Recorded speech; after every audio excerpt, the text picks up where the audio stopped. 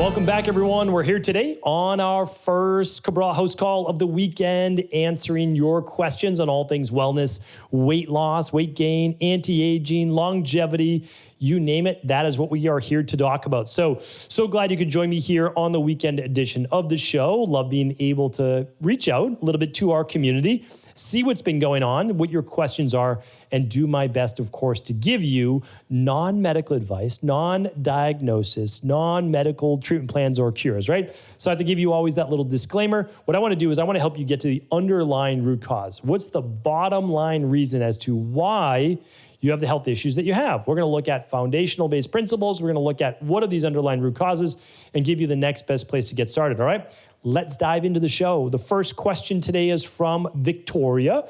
And by the way, if you want to read along, would love you to. For all the questions, head on over to stephencabral.com/2605 is today's show.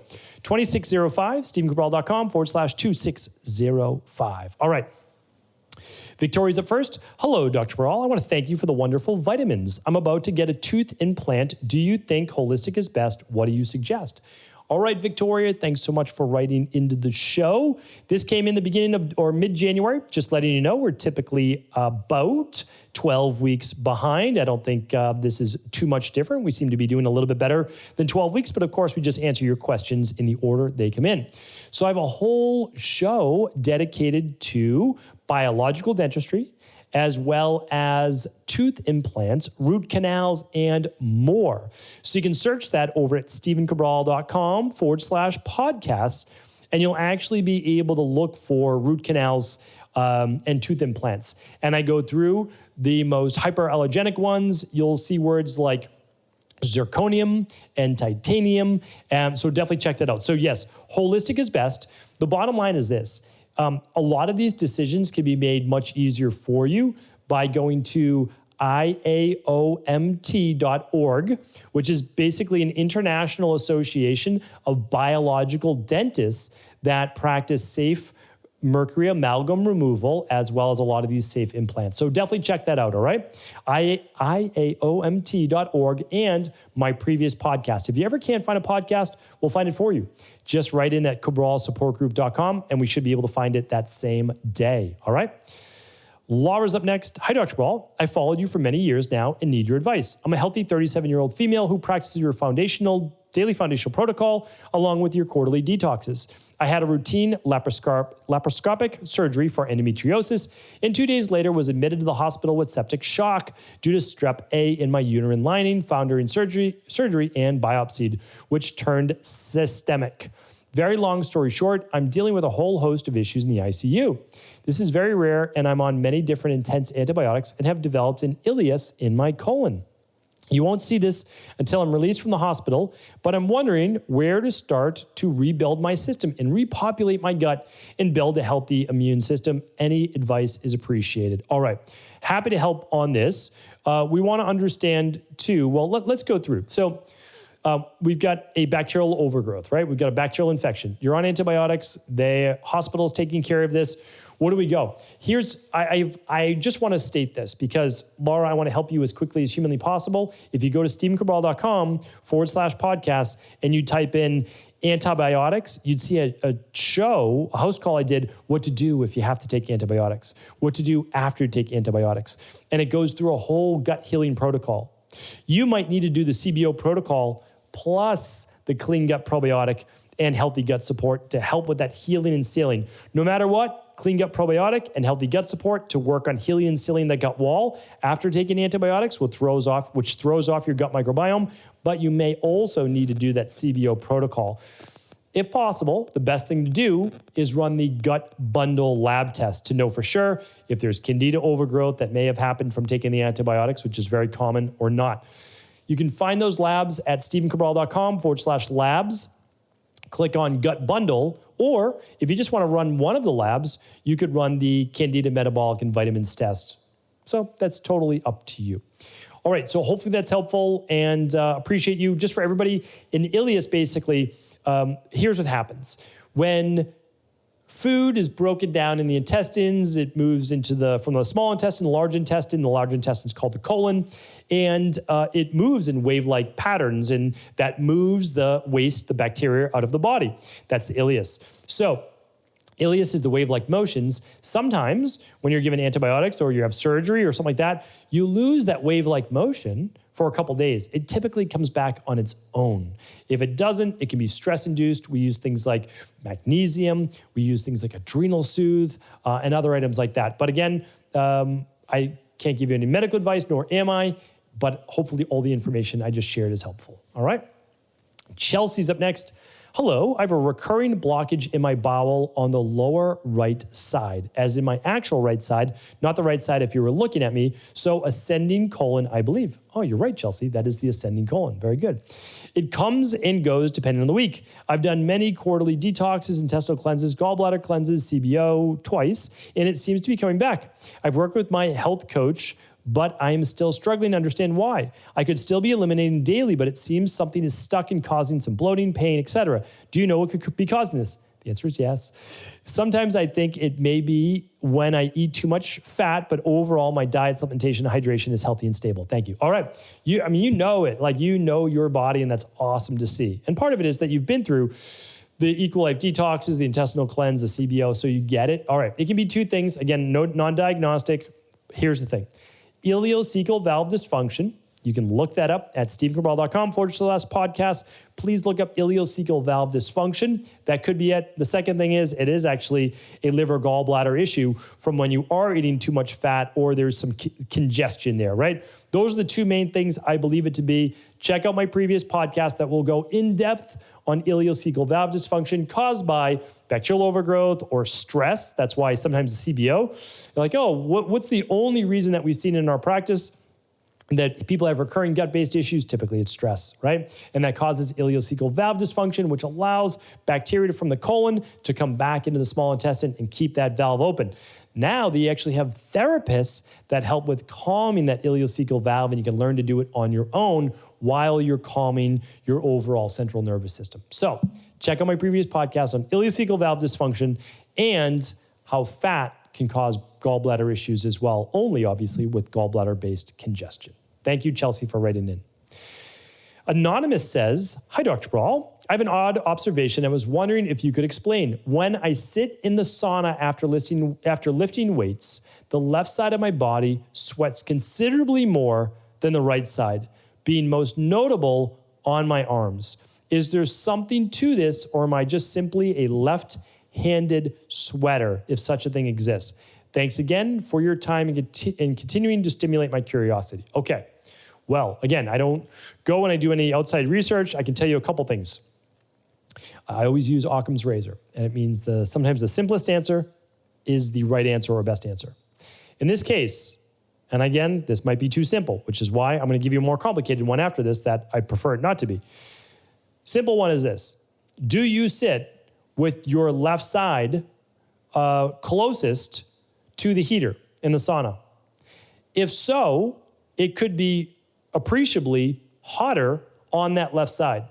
Like, legitimately, a sauna is hotter the closer you sit to the heater. So like when I take people into my big barrel sauna in Maine, if it's their first time in a sauna or they've never really sauned and they're not used to the heat like I like to crank it up, I sit near the heater. They sit, which is 6 feet away from the heater, not as hot, which is closer to the door. If they are a seasoned sauna person, they might sit a little bit up. When it's hotter, the higher you go in a sauna, right? Okay, so that's the first. If that's not it, and you just switch it, you sit on the other side, right? Okay, enough said.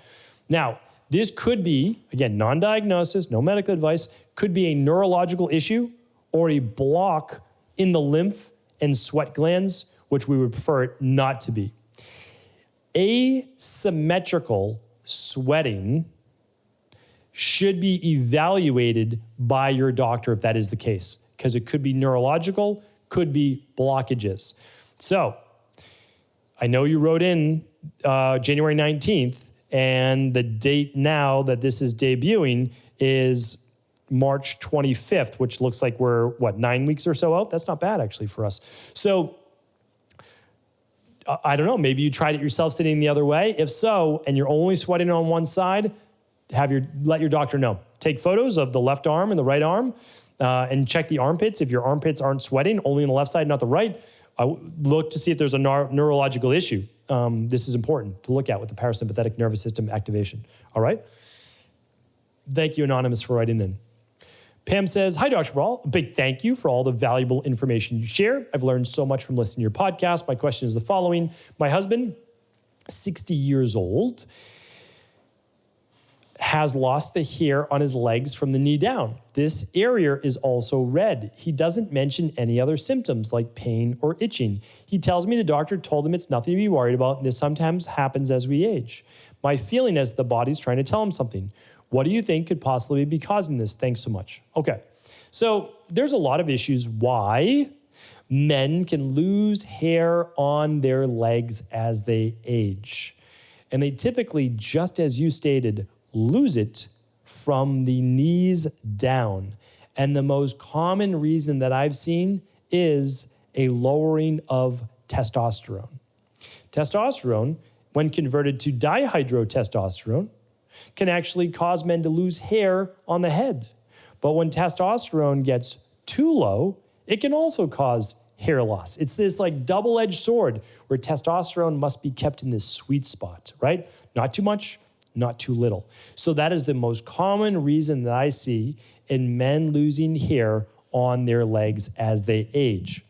Another reason is abrasion. If they started wearing like dress socks more often and that caused an issue, that's one. Another one is poor circulation. As men get older, women as well, they're just not as active and they have poor circulation and edema. So the blood flow does not nourish the capillaries and the hair follicles low on the legs and sometimes the hands and wrists, forearms, etc. So there can be hair loss that way. So there's many different reasons. Did you say, I don't know if he has any hypertension or anything like that, but if there's hypertension, if there's arterial-based issues, it could absolutely be a circulatory issue. We want to check that out. And the other one could be testosterone. So you can run the testosterone lab right at home. You can just literally run a testosterone test by going to stephencabral.com/shop. Click on the labs test. You can just do just a simple saliva test for testosterone, a simple little blood stick of the finger, or the full hormones panel at stephencabral.com/labs and just click on the stress, mood, and metabolism. All right, so hopefully that's helpful. All right, let's get in our sixth question of the day, and it's from Laurie. Laurie says, can you discuss progesterone resistance? I am menopausal, estrogen dominant, and had a partial hysterectomy. Bioidentical progesterone of any kind makes my symptoms worse and disrupts my sleep. Most supplements to boost progesterone are for premenopausal. Also, I was born with one kidney, so I only have one adrenal gland. Thanks, Laurie. Got it, understand the limitations. Okay. Bioidentical progesterone may be too strong for your body. It may be too strong because you have one kidney and the liver is doing even more work. So it actually may be a liver issue, like your liver has to remove all of your hormone metabolites. So a lot of people think they can put anything in their body and you're like, oh, just let my body take care of it. Okay, well that means that your liver, you're asking your liver to take care of it because your liver is the filter of the body. So once something has been used up, your liver has to filter that out of the body. So again, no medical advice. I would do a 21-day functional medicine detox, the Equal Life Detox. That's what I would do. You can go to stephencabral.com/detox, learn more about it. It's totally up to you, but learn more about it. And even if you just want to do the first week of the fasting, the first 2 days, and then follow the days 3 through 7 meal plan for the next 2 weeks, that's okay as well. Look into another product called Progesterone Support at stephencabral.com/shop. It's what we use in our practice. Instead of using 2 to 4 capsules a day, you could start with 1, right? That might be a nice way to start it. And you want to look at a product called Estrogen Balance. So again, it helps the liver to remove higher levels of estrogen because maybe you don't need any progesterone. Maybe you just need to get rid of the excess estrogen in your body that isn't balanced to progesterone. So you've got a lot of different things to work with. And if you ever want our one-on-one help, just let us know. Go to stephencabral.com/labs, Click on the stress, mood, and metabolism. You run that lab right at home. It looks at thyroid, cortisol. It looks at everything, which is really what you want to know, honestly. You don't want to just test estrogen and progesterone. You want to know thyroid, cortisol, vitamin D, blood sugar levels, all that. And that's what the lab shares with you. So it's so much more powerful than just doing bioidentical hormones. It really is. I just think I'm not saying I'm against it. What I'm saying is do everything natural first. Bioidentical is not natural. I'm not against it. It's not unnatural, but it's not natural. You are still putting in something that is at a higher dose than your body would typically ever get. So that's what I want to share with you, all right? So hopefully that was helpful, Laurie. I appreciate you writing in. I thank you. Appreciate the whole community. I'll be back tomorrow answering more of our community's questions. Take care, everybody. Thanks so much for tuning into today's show. Before you go, don't forget to hit that subscribe button. I want to make sure that you're getting our daily content, not missing out on anything. Functional medicine, wellness, weight gain, weight loss, anti-aging, living longer, stronger, and all of the most cutting-edge research. And if there's any topics you want to hear, feel free to leave them in the comments below. Take care.